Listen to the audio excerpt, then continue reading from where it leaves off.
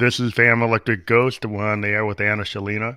And welcome to the Fam Electric Ghost podcast. How you doing today? Thank you so much. I'm so excited to be here. I'm doing great and yeah, excited to have this conversation with you. Thank you for having me. Now, we love to talk to people from all over the world. You're in South Africa. That's really cool that the technology allows us to talk together. But a couple questions we ask any guest before we get to the heart of your story is what motivates you and why do you do what you do? Wow, I love how you go right to the heart of it. What motivates me and why do I do what I do? Essentially, I know what it's like to live from a place of density and darkness. Mm. And I know what it's like to live from a place of light and expansion. And I much prefer the light and expansion um, side of things. And sometimes we move through density, and that's part of the human experience. But why I do what I do, like set myself free from habits, set other people free from limiting habits, is so that we can live more and more from a place of expansion and light and help other people do that. And all comes down to my story. Like I said, like what I experienced and knowing how difficult it can be when you're in that place of struggling with limiting habits and knowing that it is possible to break free. I remember looking for stories of other people who had helped themselves and gotten to the other side, and that would inspire me to get to the other side of my darker days. And now I get to be the person that I once needed to be, and that's what inspires me every day. So it's interesting that you work with high performers and that need to break habits or get better relationship coaching. And as a in my day job, like I'm an analyst in IT, but then I do this podcast. I've been doing it since 2016. I've talked to over 1,000 people, and Wow. what I find is, when you talk to people and they're telling their story, it's like a master class in humanity. And I've kind of seen some consistent themes with people dealing with imposter syndrome, people dealing with they're just maybe they're just overachievers, or they just are caught up in loops, like of these loops that they can't get out of, and then they need Yes. help, and they find that they hit the wall, and they hear a Hmm. crash, and suddenly they can't solve it by themselves, that they've got to do some kind of work that to get out of the loop. Mm. Yeah. I often, I used to have a lot of judgment on myself because I have been in the personal development space for like 20 years, and I knew all the theory and I had all of the answers theoretically, but some of the times when even though I knew better, I couldn't help myself. I had a lot of criticism and judgment on myself, right? Like, do I keep getting stuck in these limiting habits? And do I repeat these patterns that are making me unhappy and unhealthy and all these things? And it wasn't until I really recognized that the point is to ask for help. The point is to get mentorship. And we might know everything theoretically, but sometimes it is about aligning with other people, whether it's a coach or a friend or a community Hmm. that opens something up in you as a human being. Because at the end of the day, we're all here to relate and to have relationships with other people, whether it's in business, personal lives. All comes down to relationships. And that's why I founded the Relating Academy, because I was like, oh, relationships, that's the point of life. That's Yeah. everything that it comes down to. And so I tried so hard to fix my limiting habits and addictions on my own, and it wasn't until I surrendered to the idea that I needed help and I needed other people and I needed to lean on my relationships that I had the breakthroughs that I did have. It's really interesting because, like, I think like a lot of times, like if you're in the space where you're like either a caregiver or you're somebody that's a therapist, like you have to also like consider like you're getting overloaded, with all these other people's issues, and maybe sometimes like you push your own down. Mm, and I've talked to like therapists, like psychotherapists, they have to continually meet with other people themselves to keep themselves like absolutely. in a good state. And if you're a nurse, it's like you got to keep from having like burnout because like you're in an emergency room. That's a very stressful situation. You can crash, and Yes. people are starting to recognize like you have to take care of your Mm, caregivers because if you yeah. don't, they can crash, and they can't just be super people and just like suck it up. Because that's Yeah, it's such an important thing to manage our states as coaches, as service providers who do help in really difficult situations. Um, because if our cup isn't full and we aren't able to then give from an empty cup, right? So my primary responsibility is actually to fill my cup and make sure that I'm in the most aligned state that I can be, whether that's journaling, meditation, doing fun things, connecting with people that are good and healthy for me, looking after my body and health and all those things are really important for my job and for what I get to do for other people. And it's all encompassing. It's like a sometimes it feels like being an elite athlete, and I'm not comparing it to elite athleticism. I know that's like a whole other ball game, but the point is like everything in your lifestyle contributes to everything else. yeah, it's very And that interconnected. alignment is very important. It's interconnected. Like I always talk to people about like the pillars of being a human, right? So the problem is some people look at their physical pillar, right? They like their physical state, and they'll get in prime physical condition, six pack abs, low body fat, but then they don't pay attention to like their mental state or kind of their other like their nutrition might be out of balance to just focus on just having the six pack abs, the proteins and all kinds of things. But then they get like it's too extreme, right? I talked to a Mm. coach that was like physical coach, right? And he looked perfect, but when he looked in the looking glass, he didn't feel like what he looked like. And people couldn't understand it, and he couldn't understand it. And then he had to realize that just working on the body wasn't enough.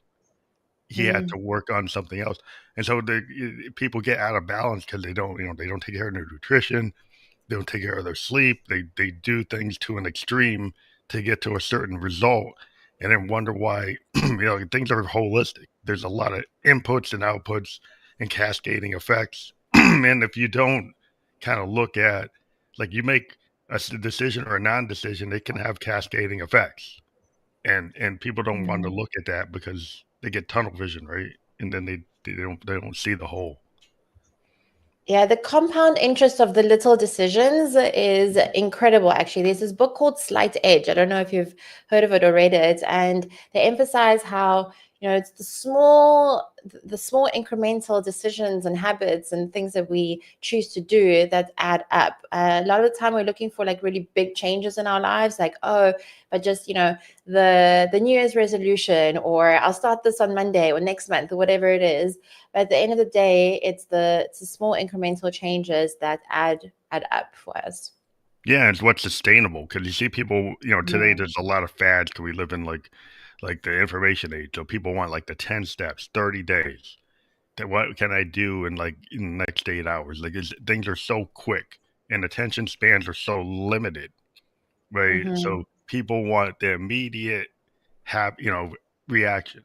Like Yeah, they the have immediate gratification, the art of delaying gratification, and I write about this in my book Habit Freedom, is the art of delaying gratification is going to get you to your goals, at the end of the day. But we're so inundated with the opportunities for immediate gratification, whether it's on our phones, whether it's like some kind of quick hack to do something. And so to really take radical responsibility for the skill of delaying gratification is a huge first step for many people on this journey.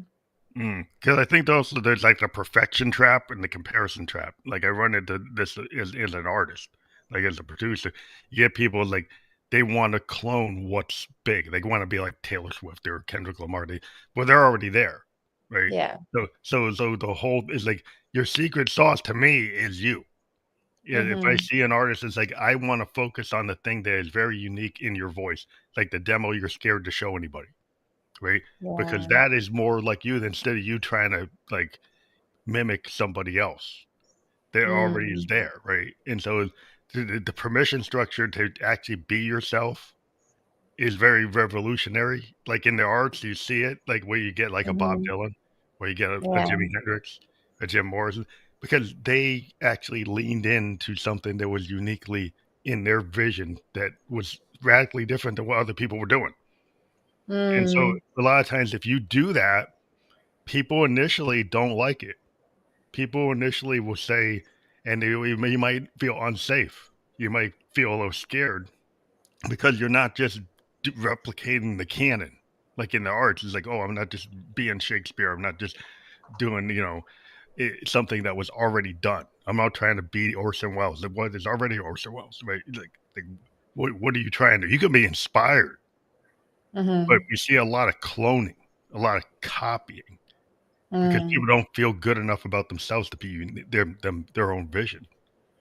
When I see that come up with a client when they have that imposter syndrome and they don't feel good enough or they're not quite giving themselves permission, I often ask them, like, who's your favorite artist or your favorite band or your favorite musician or like, someone you really admire and look up to? And they'll say like, oh, I really like, for example, I these days I really love the musician Ren.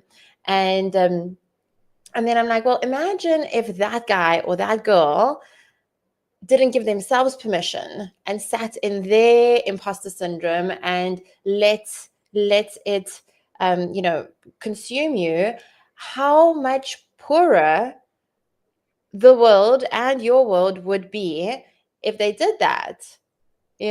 So it's And like it's like you are that person to someone else, and by playing small and by not giving yourself that permission to be fully you and shine your unique light, whatever however quirky that looks, you are taking that away from someone else. And that penny often drops for people when they see it. It's like, oh yeah, yeah, yeah, i if you wouldn't i listen, wouldn't want to be without that person's gift in the world. it's like if you listen to somebody, like I've had therapists talk about, like you tape somebody in a session and you have them hear their own voice, and you hear how Mm, many like can't or I can't or won't or they're I can never they all this bad self talk when they actually hear it because sometimes they'll speak it they don't hear themselves. There's like a yes. listening skill to listen to somebody else, but then there's also a listening skill to actually listen to yourself, right? And Yeah. a lot of people don't really, Self-awareness. yeah, they don't have that looking glass self. The Victorians kind of had this idea that Mm-hmm. the great they William Keats and Wordsworth and Blake and all of them were taught, Lord Byron. They had this idea of the Mm-hmm. looking glass self, and you're like self-examination, Mm-hmm. and you really try to dive deep and get to that other you, and then Mm-hmm. figure out like why are you that other person, and is that person is you, and they dive into that kind of concept of that you can have these shaded selves, right? Or pieces of yourself that you can start to look at and say, why am I doing this? Psychology goes into it deeper, but the artist kind of uses it. Oh, that's something I can use to create art. I can use my Mm-hmm. trauma to actually create art and work through it and get to the other side of it, which is that's always kind of appealed to me as a creative is how I can go into my vulnerabilities and then Mm-hmm. put them out into the world. And that's where I Mm-hmm. think where the unique artists are able to tap into that and Mm-hmm. as like the muse and Mm-hmm. hold the inside and the outside and then present it and people say, oh, I felt like that. So there's singer songwriters, they get into that vibe, people pick up on it and they draw into it and pull their own story. When they hear a song, they apply it to their life, right? What they've found in it. And so as a storyteller, that's you want to be able to get that out there. So because that's how you connect to humanity by telling those Mm-hmm. stories that have resonate, right? And if you don't give yourself permission, then it just stays in your head or stays in your journal and it never gets out to the world. Yeah. Yeah. Um, at the end of the day, the world is a reflection of us and where we are at. And if we want to see a certain change in the world, I mean, it's that Michael Jackson song, right? Like in the mirror. Yeah, yeah. So Um, looking glass, he kind of got in that idea. exactly. It's about, starting within, starting with yourself, because there's no one else you can control. It's only you, right? And so, with the coaching that I do with habits, for example, I have people like, oh, can I help my brother change his habits, or my dad, or my uncle, or whatever? And I'm like, no, it's about helping yourself change your habits first. And then if they are inspired by your story, and you're modeling something that they want to achieve as well, that's how you make the change. I have a client I'm working with right now, and she was surprised, like 3 weeks into the program, the Habit Freedom program, working with like food habits, like some of her friends, they stopped drinking and started eating healthier. And like it was so amazing to see her step into her leadership, almost Yeah, just by changing her own habits. She didn't have to go and get a megaphone and shout from the rooftops, like, this is what you need to do, this is what I'm doing. All she had to do was honor herself, focus on her own health, do what she knew was important to her. And then those who would resonate with it and wanted to come along for the journey did so. And other people got triggered by it the other way and, aren't as close anymore. And that's okay. That's yeah, part you of fall life. off. It's like law of attraction. Like I always felt the law of attraction is like if you resonate at a certain frequency, said I'm a synthesis, but the idea like oscillate or resonate at a frequency it gets into harmony, or you Mm-hmm. can get it to distortion, or you can go Mm-hmm. into dissonance, or you can go into noise from like Yeah. music terms, right? But if you're thinking about people have frequencies, like you pick up that vibe, you walk in a room and somebody's got this agitated vibe, and immediately without even saying a word, you sometimes you can pick up on it. You can actually feel this person seems agitated. They haven't even said anything, but you can kind of feel it, right? Yeah. So it's like so if you can resonate with people who are like in your frequency, like so if you are doing better with your life, like you start to lead by example, Mm-hmm. people around you will feel it, and you don't even have to be like telling them what to do, like you said. They see that you're eating right. Then they say, "Well, maybe I should do that." And if they respect you and they look up to you and they see what you're doing, like leading by example, people will start to follow. Like you're Mm-hmm. saying, people will come around and say, "Well, I'm Not not going to." everybody on that note, Not obviously not everybody. Yeah, everybody, yeah, but but certain those people. who are inspired to do that. And it's also not your responsibility to, necessarily lead everyone around you. But at the end of the day, people, if your way works, you're modeling something that they too want, whether it's a better health, better relationships, more wealth, and then they will also raise up to the frequency or not, and that's okay. Yeah, because you might lose people, because Yeah. like I'm a cancer survivor. When I told some of my Wow. closest friends when I was 27 or 57, I was Wow. very surprised that some of the people couldn't handle it and I didn't expect them. And then people who I wouldn't have thought that would stick with me did stick with me. So you never know who people really are till you hit some crucible moments. So some people Mhm. couldn't handle it and they disappeared. Other people I Interesting. thought that would be like that, they stuck around. They're still here. And so you never really know. And some people drop off, some people don't. It's like you just it's not my responsibility to go and say, well, like you can't handle it. Well, I didn't dive into why they couldn't handle it, and someone came back later. I was like, let them just figure it out. I'm not gonna Mhm. pressure it, but yeah, it's like life is that way. I think sometimes people want control of the other because they think the other is actually triggering them for some reason. And when you like, you got to get control of your triggers. Yeah, because we think it seems to be easier if I just help you.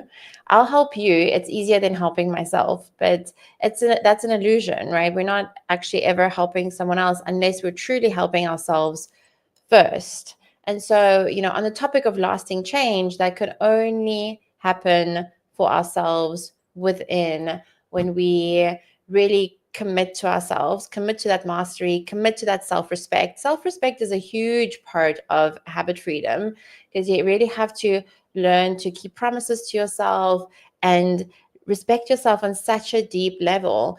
I think we've been taught often that, we can respect other people and other authorities, but then we can self-abandon and not respect our own well-being sometimes, Mhm. and Yeah, I that think a always lot. comes back to bite us in the ass.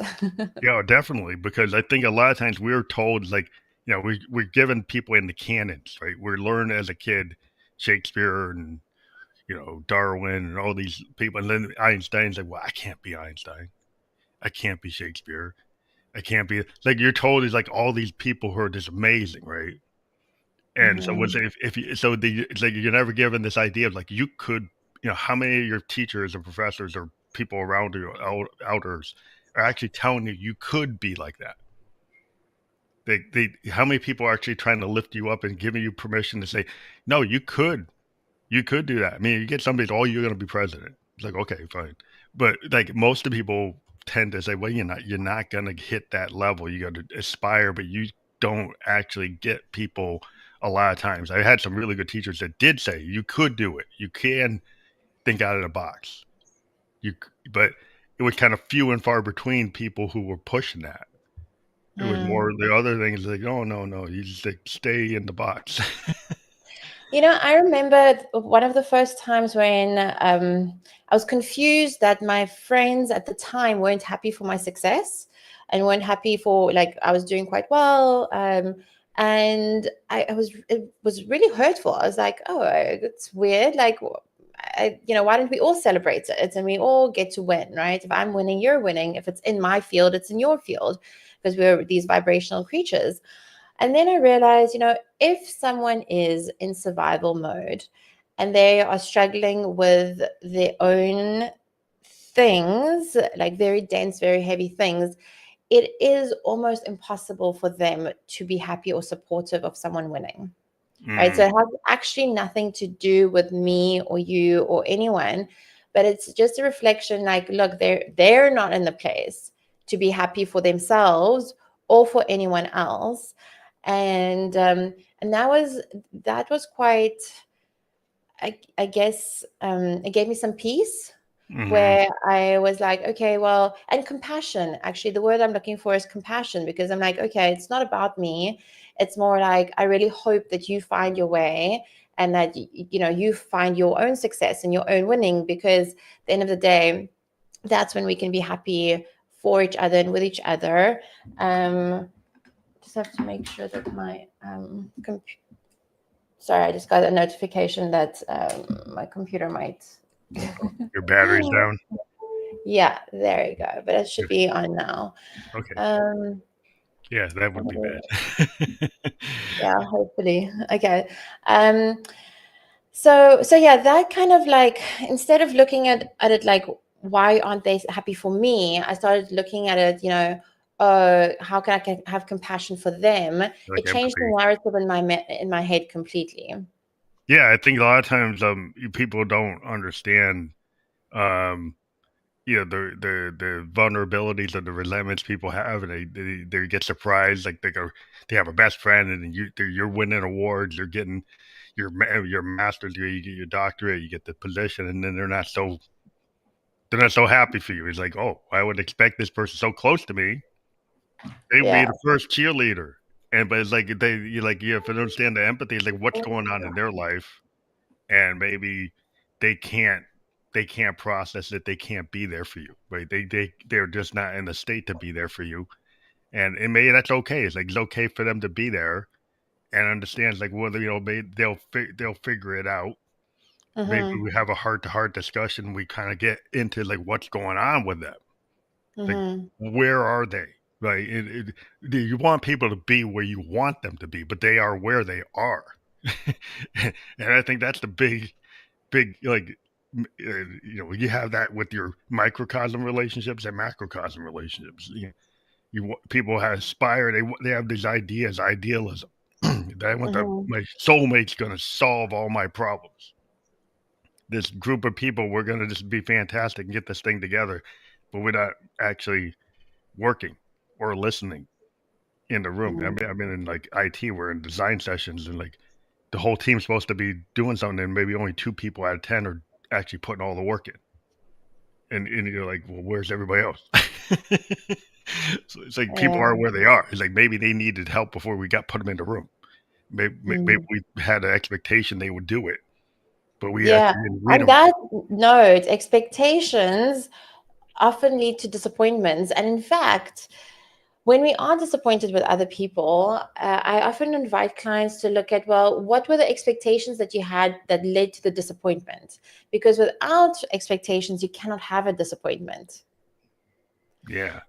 And we do layer on a lot of expectations onto the people in our lives often without even being aware of it. And then, we experience these disappointments. But what radical responsibility looks like is seeing, oh, I'm experiencing a disappointment. I'm sad because XYZ didn't happen. And instead of blaming it on the other person, how can I turn it around and look at it from the lens of like, well, how did I contribute to feeling this disappointment by placing these expectations? And I had this reminder recently where I was like, I had a disappointment. I felt disappointed, and I was like, well, it's my responsibility to feel disappointed or not.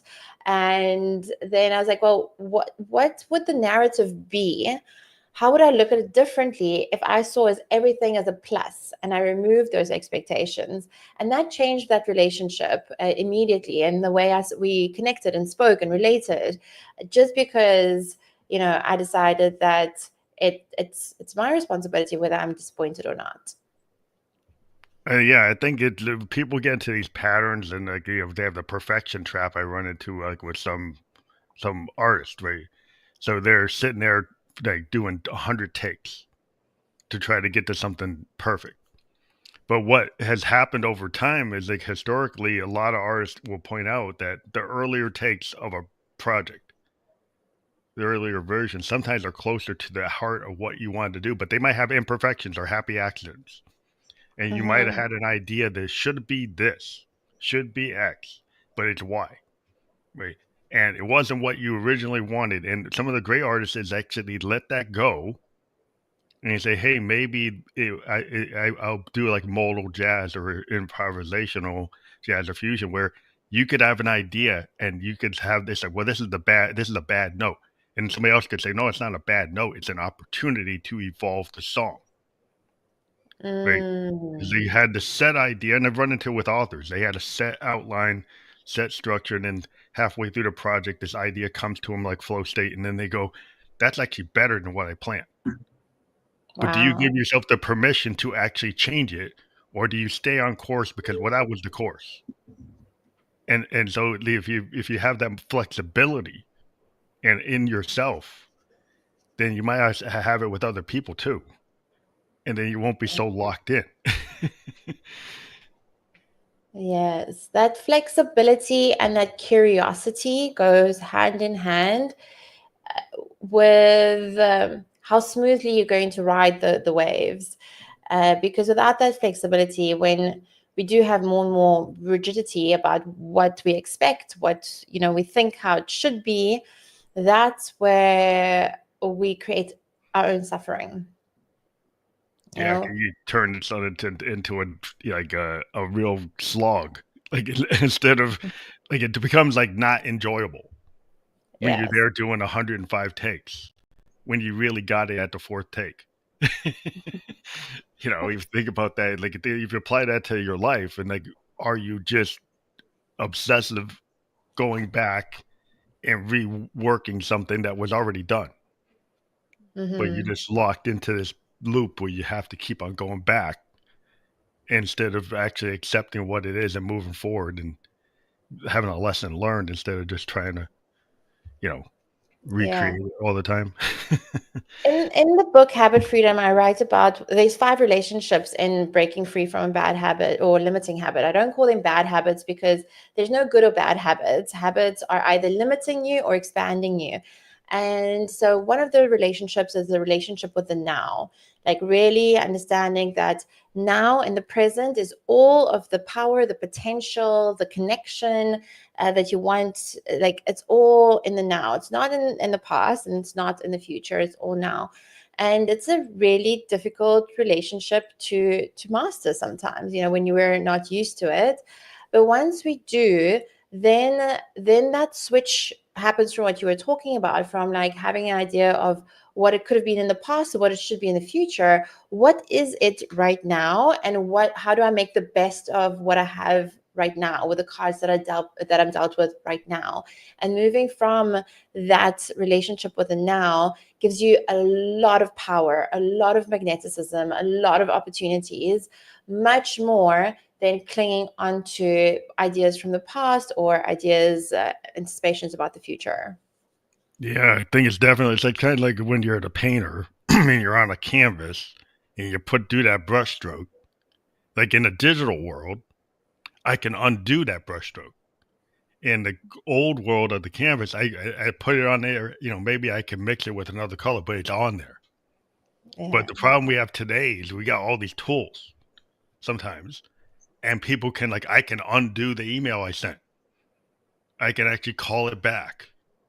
I can Yeah. get rid of that brushstroke. I can go take AI and rewrite my thing over and over and over and keep on changing, and then you never actually on the typewriter. It was harder to do that, right? Mm, It's like harder to do that when you're writing in your diary with a pen or a pencil. And so I think some of these tools have gotten people into these loops where they mm-hmm, don't get satisfied, and then the tool keeps on letting you change it. And mm-hmm, and so then, like, as an artist, I always try to get people, it's like, sometimes you gotta let that thought be, that thing be. mm-hmm. Sometimes you just gotta let it exist, throw it at the wall, and see, because a lot of times as artists, we don't know what's good for in our own what we're doing. We have to have a lot of feedback because what we think is good is not what the fans think is good. It's not what your Yeah. producer thinks is good, right? So if you self edit yourself out of your job, if you let yourself do it, because you can, because you just you tend to be so self-critical of your own work that you need other people to look at it and see, well, Yeah. that's actually good. It's a common problem I think a lot of people have.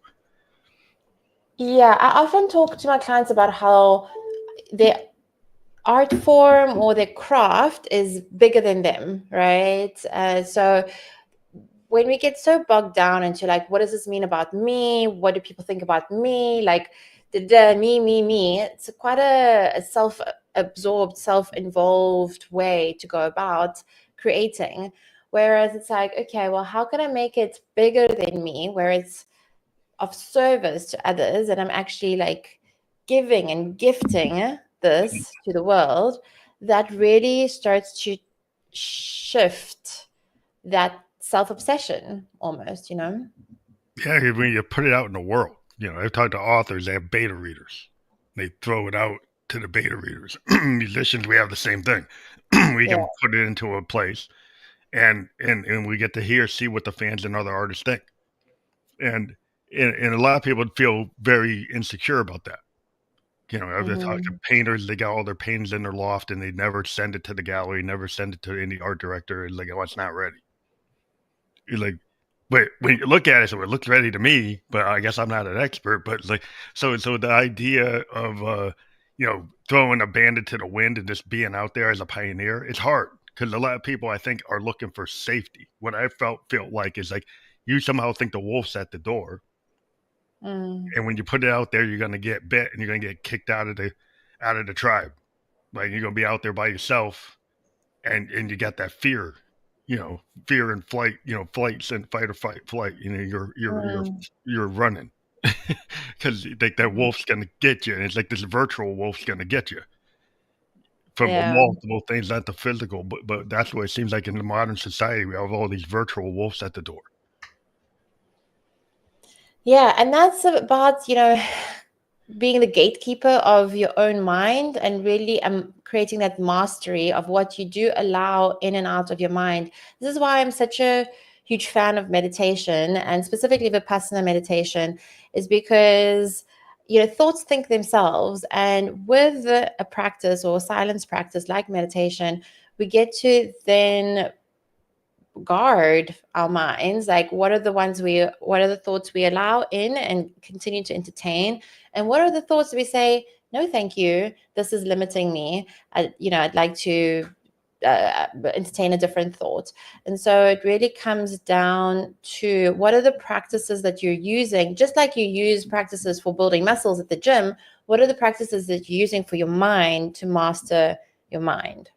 It's like reprogramming. I mean, I deal with computers, right? So we can like take a system and we can clear it out and we can actually remap it. We actually have a thing called remapping. Like we can I have remap. to apologize. I'm so sorry, Phantom. Like it looks like my on 1%. So I might Oh, need to find a different computer. Is there any so that yeah, that's I fine. We can can hold for a second for you to find it. fix You don't have a power plug. this? That's okay. You just okay. We can just hold for a second. Yeah, it is in, but for some reason it's just not empowering. So I gotta find another one, and I might have to restart my computer. Okay, that's fine. I'll just keep it Okay, going. If you drop sorry off, you can about come back in. this. Yeah, you can come back in. I've Yeah. not had this happen before. Yeah, sometimes you Battery get a is bad wire. If you have a bad wire, it's not, or a bad plug, so you never know. okay. Okay, I'll be back. Okay,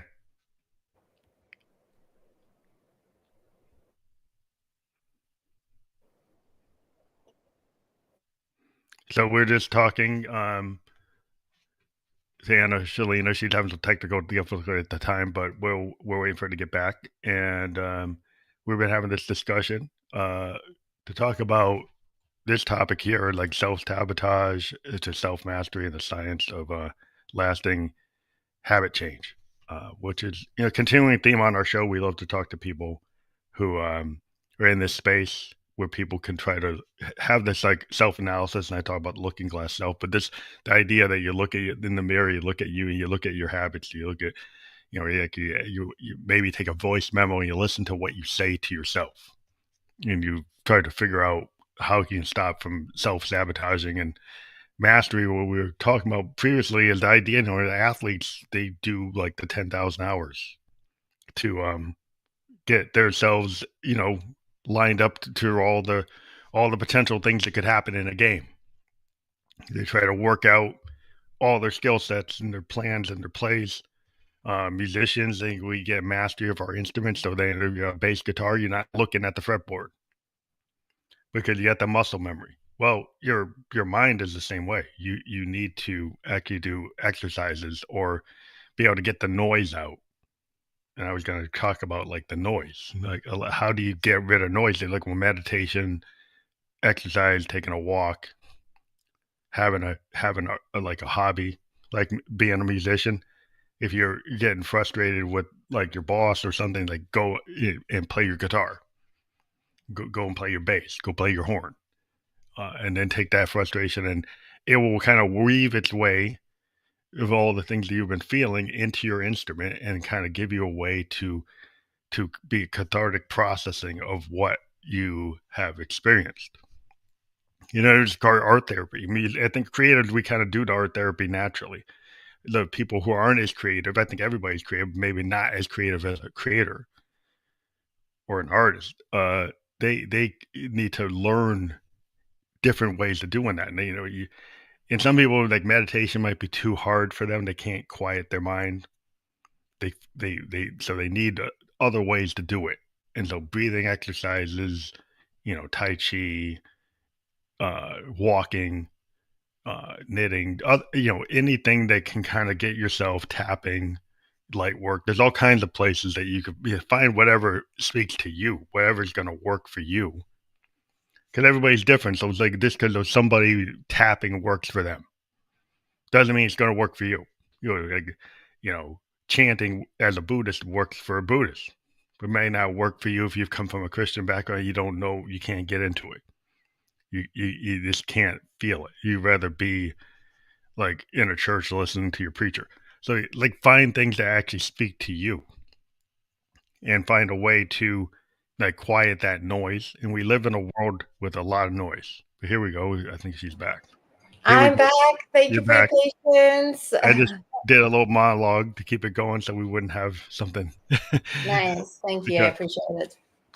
But yeah, you were talking about I think like meditation. I'm a Buddhist and I chant. I'm a Nichiren Daishonin Buddha. We go Nam Myoho Renge Kyo. And what I find I got into it was like it gets rid of the noise. And being a Yeah. musician also going onto my piano. If I had a really hard day at work and a lot of frustration, just sitting at my piano and getting into the flow state will kind of get me out of that. Right. And, Mhm. people have to find whatever speaks to them. They would walk in the woods, meditation, quieting, different Tai Chi, whatever works. Mhm. But I think you have to find something that's going to actually, you know, dissipate that noise. I have quite a strict view on meditation. It used to be a lot more fluid and flexible, where people would say, like, walking is my meditation, or gym is my meditation, or this is my meditation. And while those things are also healthy and also help to reduce the noise, the meditation that's helped me the most is really mastering the art of stillness and silence. Mm, That way, we can be present with some of the deepest unconscious programming. That way, it can come up for us to see. Because if there is an external stimulus, like at the gym or music or walking, whatever it is, it helps in a different way, but it's not the idea of pulling out the deepest programming and really being able to see and nurturing that self-awareness and mm, self-compassion, and sitting through the severe discomfort of sitting still for 30 minutes or an hour, and every fiber of your being does not want to do it and does not want to be there, because you don't want to wrestle with these thoughts, because it feels like a wild animal in there sometimes. But once you do master then sitting through that and knowing that you can survive any thought that you're going to have, you can tame your mind. That is a very profound skill set. And so that's why I've adopted a more stern approach to meditation, where it's not about like anything can be meditation. Eventually your entire life can be a form of meditation, where you have a level of awareness no matter what you're doing. But for most people, it starts with mastering stillness and silence. And the world is so noisy these days. There's so many opportunities to listen to things and read things and scroll on things and be distracted, that to really master that stillness and silence is like samurai level skill set. yeah, so that's even beyond like a chanting and like you're chanting. If I'm doing Nam Myoho Renge Kyo, I'm just doing that chant, but I'm voicing it, right? So you're saying actually sit there for the 30 minutes instead of doing Nam Myoho Renge Kyo, actually sit there and don't vocalize. Is that There's what you're saying? different meditations. The mantras and the chanting are one form of meditation, and they do work. The specific one, because I've tried dozens of different meditation styles in the last 20 years. And the one that I find had the most profound effect, where it changed my life in terms of like creating lasting change with my habits. It helped me stop drinking alcohol, helped me overeating, helped me like release a lot of excess body weight. It helped me stop biting my nails, all of the limiting habits that I used to have. Is the art of, and it's called Vipassana. So it is scanning your body, head to toes and back up, and just doing body scans and noticing what are the sensations that are arising. And doing that for 20 minutes, 30 minutes, an hour. And that is very uncomfortable to do Mhm. often. But the point is to do things that are uncomfortable. And it goes back to what another relationship in the Habit Freedom book that I write about is our relationship with discomfort, because we live in a comfort crisis. Everything needs to be just right. We're all a bunch of Goldilocks running around, not really able to um, handle a lot of discomfort these days, and I'm just, stereotyping and throwing out a blanket statement. But the more we are able to master that relationship with discomfort, the more self mastery we have, the more control over ourselves we have, and the more control over our destiny and our lives we have. Yeah, just an example. Like I know podcasters that are kind of obsessed with perfection, and they don't ever go live. They will never do a live podcast because they want to edit, they want to get all the ums out, they want to control situations. They just want it to be presented so it's like a film. Like they actually went back and did heavy edits. And I've always been more of like I rather do it like modal jazz because I'm Mm, into jazz and I'm a musician. So I was like, why not do it in a flow state? And if there are mistakes or there are imperfections, well, it's like that's the vulnerability of being live. But you yes, can I tell a love that. story in a way that to me is like it's not an infomercial. It shouldn't be as scripted because human beings, we can have this conversation. If you turn it into a conversation, it's a master class in the now, right? Yeah. Where in the now, well, you can't control everything. Things can happen. Um, Mm-hmm. but you know that like this person is actually speaking, in the moment. And some people don't can't handle that because they want to like it's got to be perfect English, it's got to be perfect grammar, it's got to be perfect this, perfect that, and it's hard to let that go. Like there's a lot of people that they can't be in that kind of form. They can't be in that space. And I think it's interesting. Like if you get rid of the noise and even the noise of your own voice, like when I was talking about chanting, is like that's kind of radical. Thinking about what you're saying is because you're dealing with like the total quiet. I've had like music teachers say before you write a song, just don't play anything. Just sit there and don't hit the instrument, don't play the chords, don't voice anything, just be quiet. So it sounds kind of like that. I actually had a teacher that said, and I don't know if they understood what how you're using it, but they thought that was important to have the Yeah. quiet. The quiet is so important. And I find that as an author, I often have to disconnect from social media input, reading, listening to podcasts, books, music, everything that I love. I usually put it on hold and for a week or two or three to create the space in my mind and to create the boredom for creativity and ideas to form and put themselves together. And without that, it becomes just a amalgamation of like all the things that aren't mine necessarily. I mean, what's mine creatively speaking? Everything comes from everything. Yeah. Everything comes from some place, right? But to create that space, if you really want to be a trailblazer and you really want to create something that's never been done before, then it is crucial. And to create that peace, because that peace for that so many people are searching, that peace is not at the end of the next TikTok or the next reel or the next YouTube video.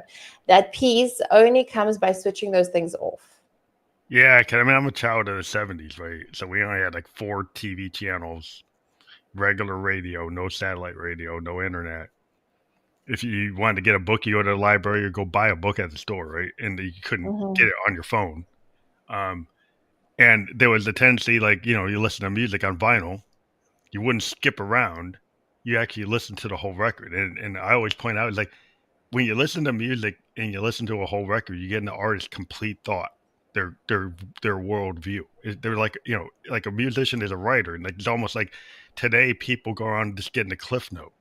They just listen to a Mm-hmm. song on a playlist, and they're not getting the depth of the B side or the Mm-hmm. deeper album track. So they don't really know who that artist is. All they got was the shiny single, which it doesn't is kind of designed to be like Uber this, and it's like it's not the deepest thoughts of that artist.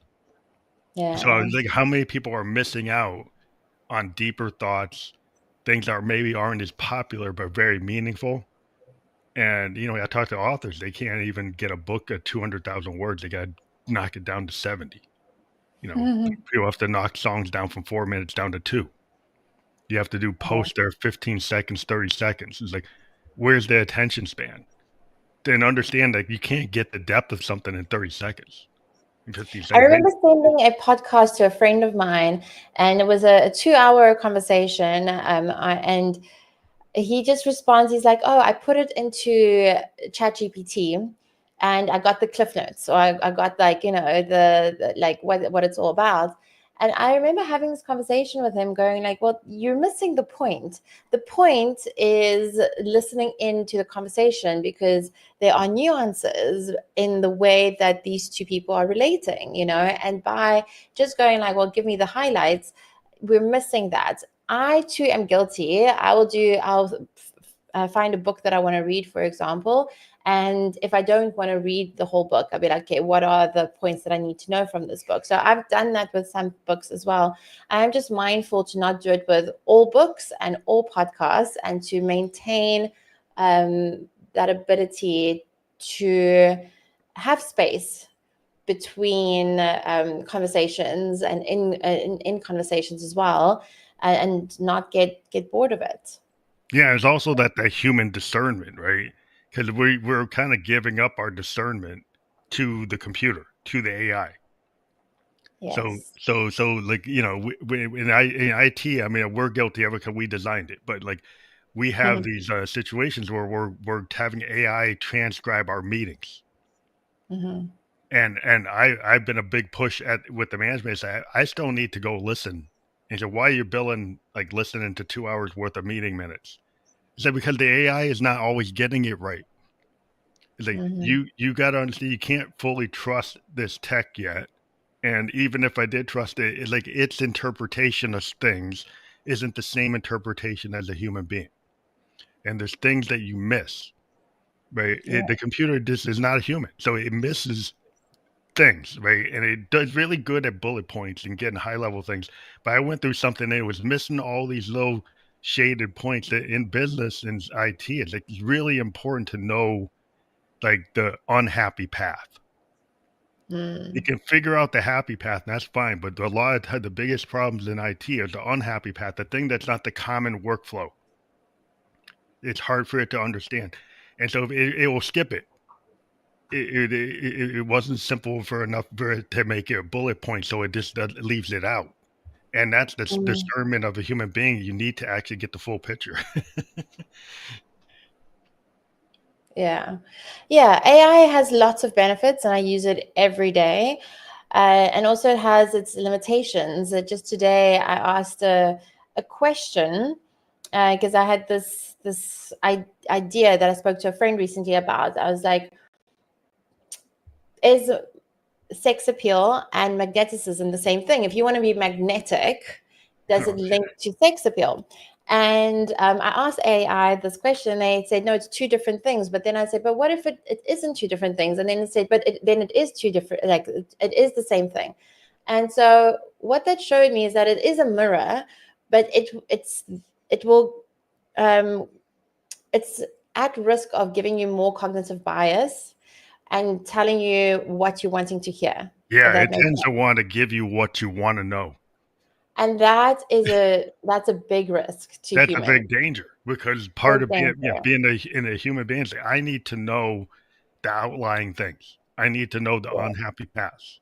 And if you just want to give me the good news, it's like, I need to know the things that can break.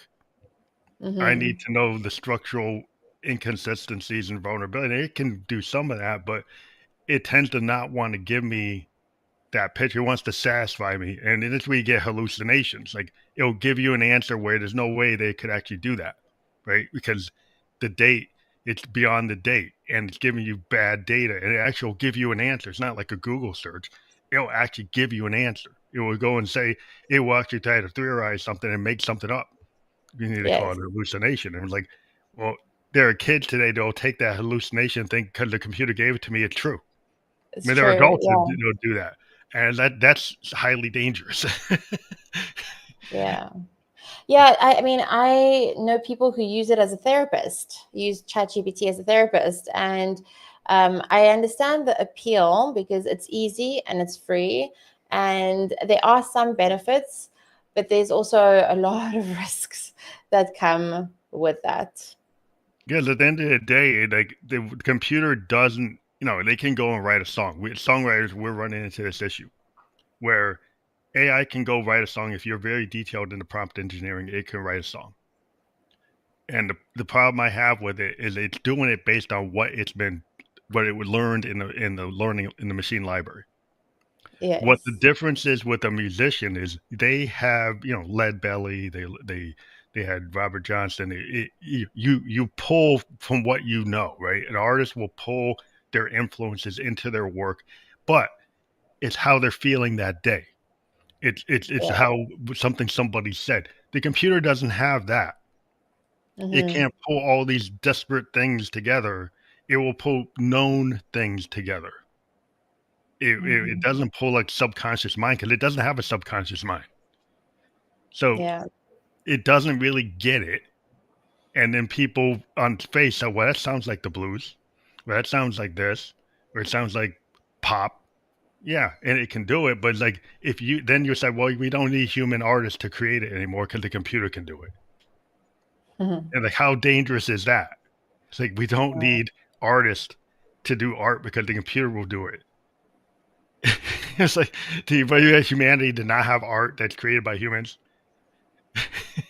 That's not going to happen. A lot of things are going to change, and people are going to have to be more creative, maybe in some ways, or differently creative, maybe not more creative. But I think one of the most beautiful things that's going to happen from this AI revolution is that imperfections are going to be valued more Yeah. because people are going to be looking for the ums and the r's and the imperfect makeup to go like, oh, this is a real human. And we value that because it's finite compared to the infinite data that's in a computer potentially. So I'm looking forward to how it starts to unfold for us. Well, I think it's like a hybrid approach. Like if you use it as a tool, but I think the problem I have is when people use it 100% for any task. Yeah. If I look at it as it's an assistant, right? It's a tool in my toolbox. I still have my Steinway piano, right? I still have my like Les Paul. I still have my bass, right? I still have the Hammond B3. I am going to still use that with my fingers, but I might use Mhm. AI to do some mixing or to pull this or pull that. But I'm not going to use it to write the whole thing. I think the danger is when people say, well, I can just use it to throw fake people into the background on a film. So I don't have to hire the extras. Or I can go and use it to write the script Yeah. instead of having a screenwriter write the script. Maybe like you could have it help the screenwriter, but you're going to go and say, I'm going to have it be the screenwriter. That's where Hmm. I see the dangers are, and people will react to those dangers because they say, "Well, that doesn't feel right. That doesn't look right. That doesn't hit me right." And Yeah. when more people start to say, "It's like it feels like junk food." Like, yeah, it's cool. You sometimes you want junk food. Sometimes you go and you get that that thing. It's not good for you because I had a craving. But is it really fill your soul? And that's Mm. what I think art is what fills your soul. And how can something synthetic fill your soul? Yeah, and so the other benefit is of what's happening with automation and AI is that we're going to have to be more and more discerning with, like you say, what is real, what feels real, and what's not. And that discernment and being able to trust ourselves and really double check, like, is this the real deal? Is this not? Can I trust it? Can I not? Is this a computer program? Is this a real human? That is a skill set as well. And that skill set is going to have to get better and better if we want to adapt into this new world that we're going into.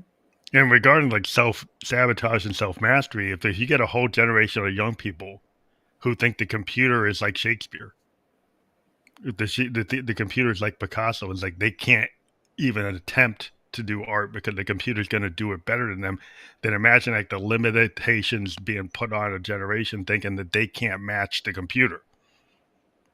And Mm, they really need to be taught that, like, or given the permission structures, like the computer is not the canon. The computer mhm. is a tool, and you are still above the computer in your capabilities, and you have to understand that we're the leader of we're the ruler of the computer. The computer's Yes. not the ruler of us.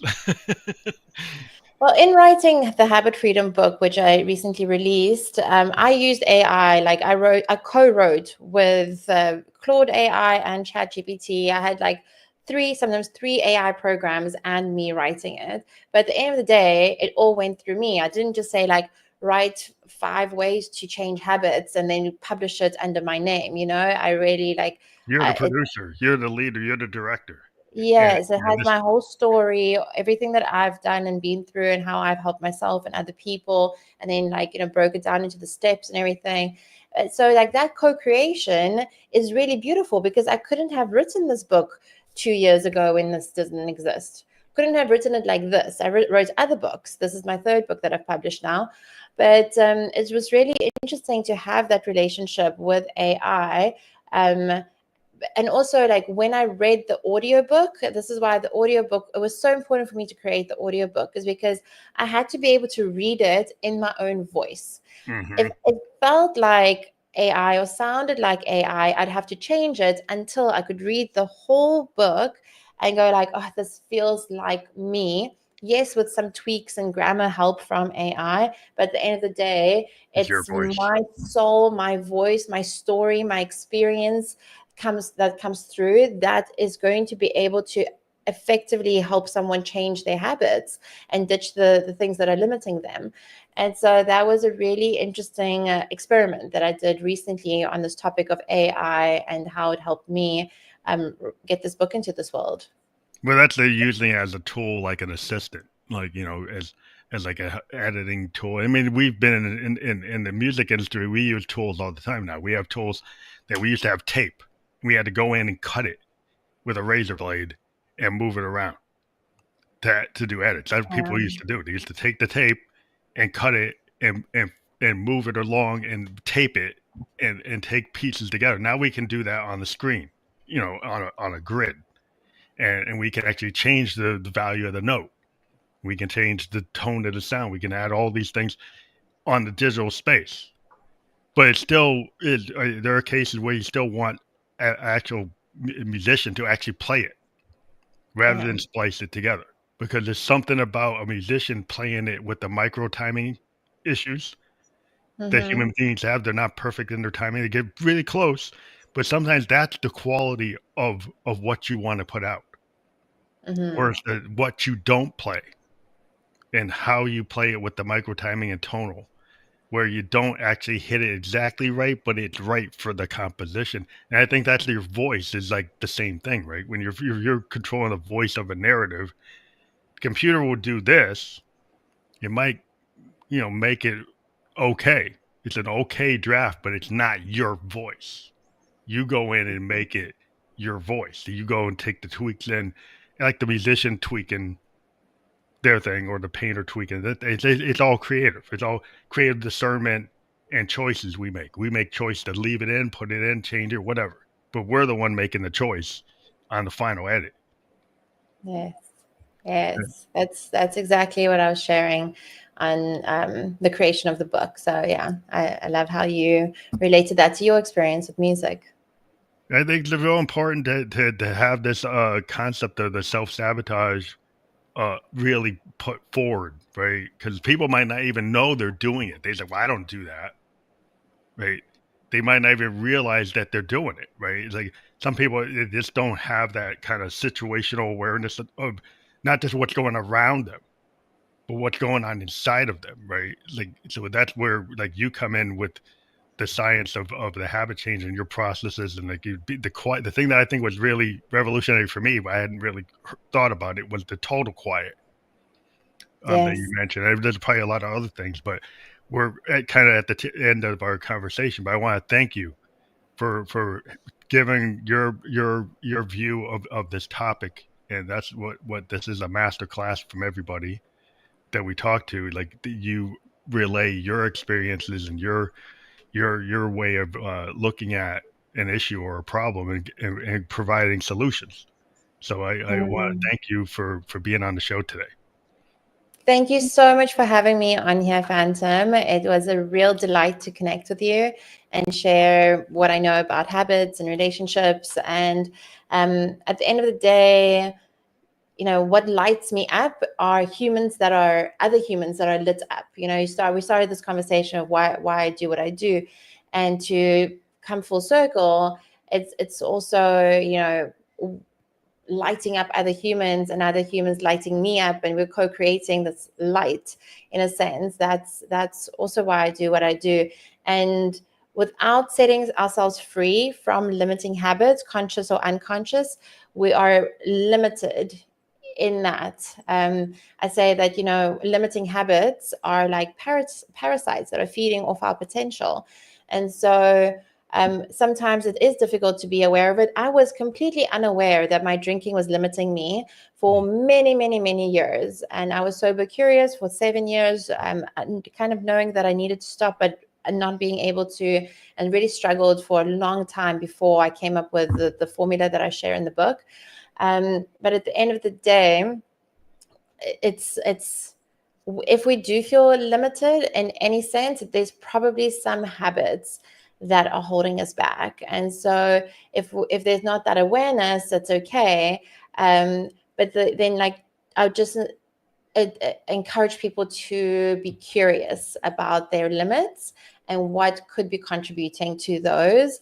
And one way to be curious is to create that spaciousness, like we talked about, and create that silence, so that the curiosity can give you some answers, versus just filling your day with inputs and inputs and inputs and noise and sounds and to-dos and everything. When it's so full, then yes, it is very difficult to see some of the things that are limiting us. Yeah, that's a great point to leave everybody with. But discernment seems to be like the thing that we need to get rid of the noise, and the quiet is part of that Yeah. too. But thank you again for being on the show. We were just live on Facebook, LinkedIn, and YouTube. We will be on the other platforms in this podcast space by tomorrow, and a landing page will be provided so people can just pick whatever form they'd like to listen or watch podcast on. But thank you for being on the show today. Thank you so much for having me. This was so fun.